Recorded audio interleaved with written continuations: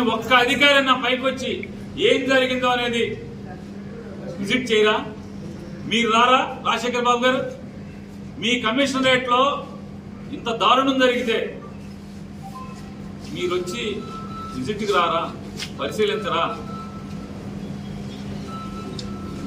ఇంత నేరం ఇక్కడ జరిగితే మీ ఏరియాలో, అంటే మీ జ్యూరిస్డిక్షన్ లో ఇంత పెద్ద నేరం జరిగితే, ఇంత దొమ్మి జరిగితే మీరు రారా అని అడుగుతున్నాను. మీ అడిషనల్ డీసీపీ గుండం రామకృష్ణ గారు రారా? స్థల పరిశీలన, నేర స్థల పరిశీలన చేయరా? మీ దగ్గర డ్రోన్ కెమెరాలు ఉన్నాయి కదా, బాడీ కెమెరాలు ఉన్నాయి కదా పోలీసుల దగ్గర.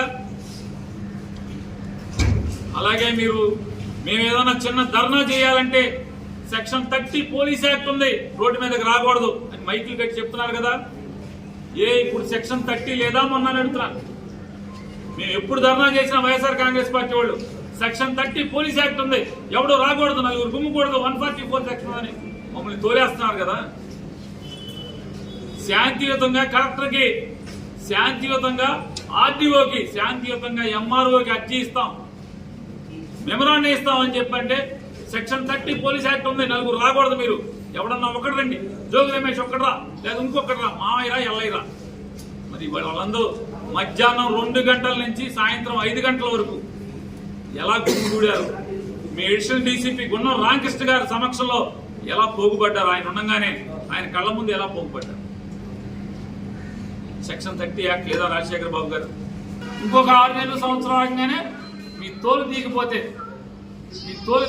మిమ్మల్నే కనుక బజార్లో తోలు తీగిపోతే అప్పుడు ఎలక్షన్ల ముందే, ఎన్నికలు జరగకముందే, ఎన్నికలు కూడొచ్చాక అసలు మీరు ఈ పోలీసులు చూపించే నరకం మీకు అసలు మామూలుగా ఎందుకు వచ్చిన కర్మలని నేను అనుకోకపోతే చూడండి.